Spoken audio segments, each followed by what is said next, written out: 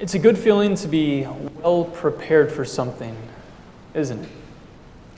Whether it be for something like an upcoming road trip where you have all kinds of snacks, games, and other activities ready to go so that the trip can be as enjoyable as possible. Or whether it be for something like an upcoming test, where you have all of the information locked away in your brain, ready to be put down on a sheet of paper at a moment's notice. Or whether it be for all of the chores you have going on around your house at this time of the year, where you have all of the tools and materials ready and where they need to be so that you can get through these things as quickly and as efficiently as possible. When you're well prepared, and you know you're well prepared, you feel confident, ready, and at ease. Now, leading up to our verses for today, we hear about a conversation that took place at the end of Jesus' 40 days after his resurrection, where Jesus was speaking with the disciples. And during this conversation, Jesus tells the disciples that they were soon going to be baptized with the Holy Spirit. But on hearing Jesus say this, the disciples didn't really understand what Jesus was saying. They thought that maybe Jesus was saying that now was the time that he was going to restore Israel to its former glory. And so Jesus explains to them that being baptized with the Holy Spirit was going to strengthen them to be his witnesses as they went out to all nations with the gospel message. And after telling the disciples this, Jesus then ascended into heaven. And imagine the disciples in this situation. I mean, Jesus is the one who had guided, strengthened, and encouraged them these past few years. But now he was gone. And they were probably thinking, how are we supposed to do the work which Christ just gave us to do? I mean, sure, he promised that he was going to send the Spirit, but wouldn't it be so much better? And wouldn't we be so much more effective at going and doing this work if Christ was still right here next to us? They probably felt completely unprepared and unequipped to do the work which Christ had just given them to do. And even though they were probably unsure of themselves and unsure of what was about to happen, they trusted in Jesus' promise, and they waited in Jerusalem just as Jesus told them to do. And we hear that on the day of Pentecost. Well, they were all together in one place, and suddenly a sound like rushing of a violent wind came from heaven, and it filled the whole house where they were sitting. They saw divided tongues that were like fire resting on each one of them, and they were filled with the Holy Spirit and began to speak in other languages, since the Spirit was giving them the ability to speak fluently. I mean, can you imagine the disciples sitting there and suddenly hearing what must have sounded like a hurricane?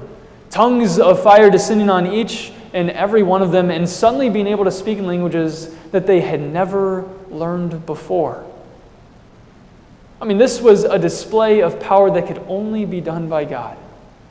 And it was clear to the disciples that this is what Christ had promised them. And the most amazing thing with this event is this would have assured the disciples, who probably doubted their own ability, that they were now prepared to do the work which Christ had given them to do, because this event would have assured the disciples that Jesus, who had ascended into heaven, would still be right there with them as they went out into the world to go and to do this work. And this work is something the disciples were able to do right away. There were godly Jewish men from every nation under heaven living in Jerusalem. And when the sound was heard, a crowd came together and was confused, because each one heard them speaking in his own language. They were completely baffled and said to each other, "Look, are not all these men who are speaking Galileans? Then how is it that each of us hears them speaking in his own native language? Parthians, Medes, and Elamites, residents of Mesopotamia and of Judea, Cappadocia, Pontus, and Asia, Phrygia and Pamphylia, Egypt and the parts of Libya around Cyrene, visitors from Rome, both Jews and proselytes, Cretans and Arabs, we hear them declaring in our own languages the wonderful works of God." They were all amazed and perplexed, and they kept saying to one another, What does this mean? Now we see here that the disciples were not only proclaiming the gospel to all nations, but they were doing so in the languages of the people they were proclaiming to, languages they had never learned before, and they were speaking these languages fluently as if they had known them their entire lives. And this amazing ability, and this amazing miracle which the Spirit had enabled the disciples to perform, attracted a large crowd with the loud sound drawing people in, and they were amazed at what they were seeing. I mean, they knew the disciples didn't know all of these languages. They knew the disciples hadn't learned these languages at some point in the past. But they were also unsure of what was going on. Was there something special about this event? Was there something special about the disciples themselves? They weren't sure. All they knew is that this was an amazing display of power. And could you imagine if God gave you and I the ability to perform amazing miracles like what we see on the day of Pentecost? I mean, could you imagine if you or I could suddenly speak in all kinds of languages as we went out to proclaim the gospel message to all nations? Could you imagine if tongues of fire appeared when we proclaimed the gospel message to others? Or what if we could do other miracles like heal sicknesses and diseases? What if things like that accompanied our message as we went out into the world? I mean, don't you think it would be so much more effective? Don't you think so many more people would come to faith? So why hasn't God given us the ability to do these things? I mean, He allowed the disciples to speak in languages on the day of Pentecost. He allowed the disciples to heal sicknesses and diseases and perform other miracles throughout their ministry. And if we're called to do the same work that they're called to do, then isn't it only right for God to prepare and equip us in the same way? Because if all we have to rely on is ourselves to go out and do this work, can't we feel completely unprepared and unequipped to do this? We know we don't have a perfect knowledge of God's Word. We know we're not the greatest at the art of rhetoric. We know we're not always the greatest at debating the fine points that come up in conversations when you're evangelizing to others. Because of this, isn't it so easy to doubt our own ability to go out into the world and to proclaim the gospel message to all nations? But as our account continues, we see something really interesting take place that really shines some light on this truth. We hear that while there were some who were amazed on the day of Pentecost at this amazing display of power, we also hear there were some who weren't impressed and who even mocked the disciples because in their minds they knew what was going on. In their minds, this wasn't some amazing display of power. In fact, they thought it was quite the opposite. They claimed that the disciples were just full of new wine. And this group in the crowd was really telling everyone there that this wasn't some amazing display of power. This wasn't some divine act that God was allowing the disciples to perform. And therefore, this event that you're witnessing means nothing. And really, it wouldn't have mattered what miracle or what act of power the Spirit would have enabled the disciples to perform on the day of Pentecost. And He could have allowed them to heal sicknesses and diseases on that very day, right in front of this group of deniers. He could have allowed them to walk on water and defy the laws of physics. He could have even allowed them to raise somebody from the dead. But it wouldn't have mattered. Because this group in the crowd had unbelieving hearts that would have denied any miracle or act of power that they would have seen on that day. And if God did give us the ability to perform miracles or to do things like what we see on the day of Pentecost, it wouldn't take us long to encounter people like this as well. And this is because miracles and acts of power like what we see on the day of Pentecost aren't as powerful as we sometimes imagine them to be.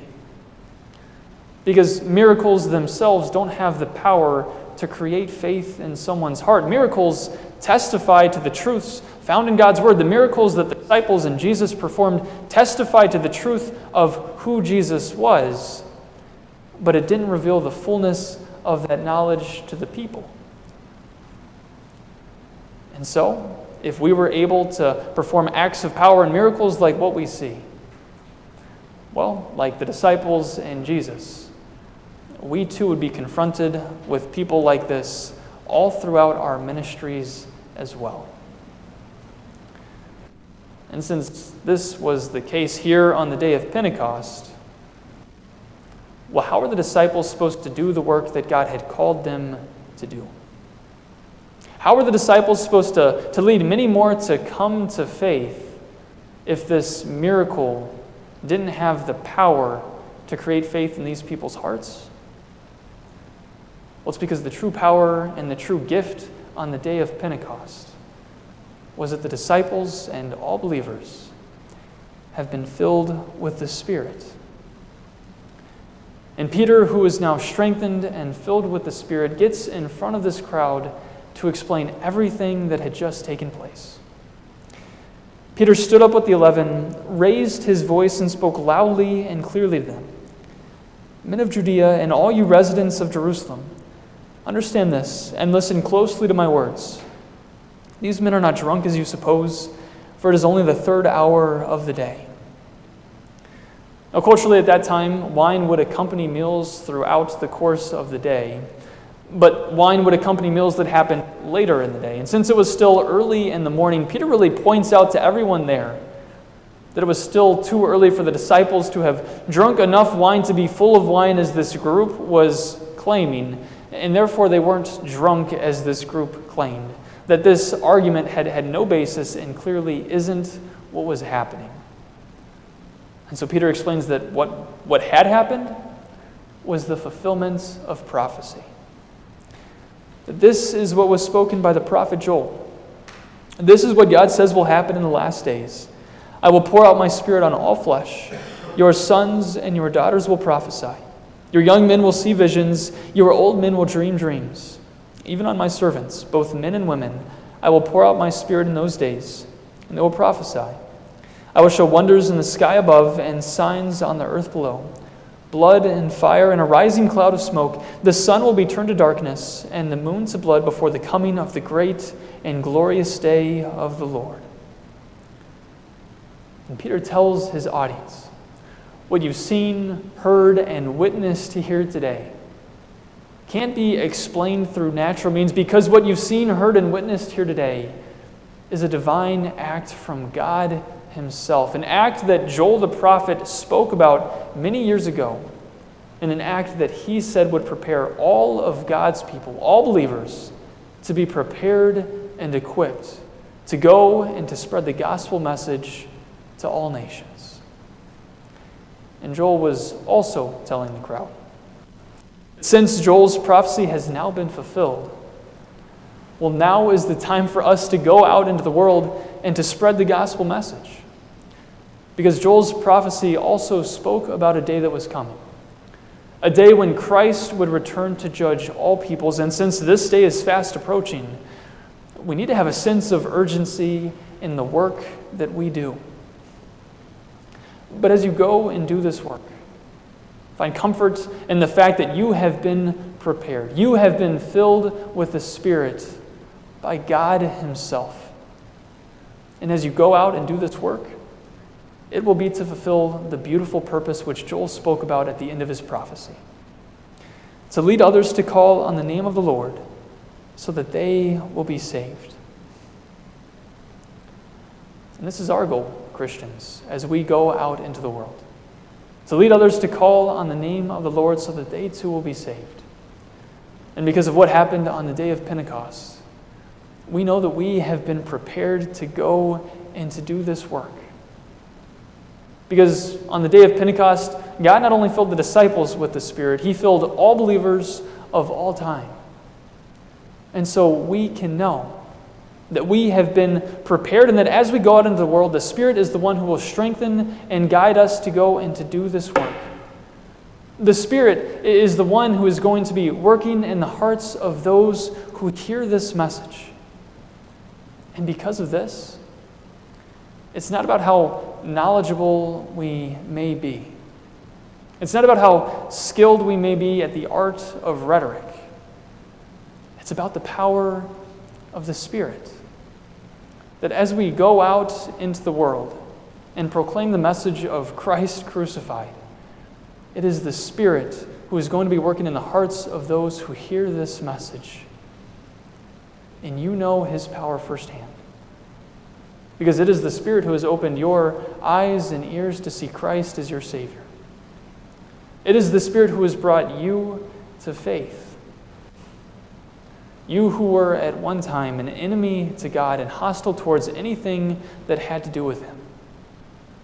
That it is the Spirit who planted and created faith in your hearts through the waters of your baptisms. Who created and strengthened faith in your heart through the proclamation of the gospel message. And who continues to do this for you. And who will continue to go out into the world as you proclaim His gospel message, working in the hearts of those who hear this message. And as you do this, you can know that it's the Spirit who is going to lead those to call on the name of the Lord so that they too will be saved. There's something to be said about being well prepared for something, whether it be for a road trip, a test, or for chores that you have going on around the house. And when you're prepared for something, you feel confident, ready, and at ease. And because of what happened on the day of Pentecost, we know that we can feel confident, ready, and at ease as we go out into the world to spread the gospel message to all nations, because we know that we have been prepared by God Himself to go out and to do this work, to go and to lead others to call on the name of the Lord so that they too will be saved. Amen.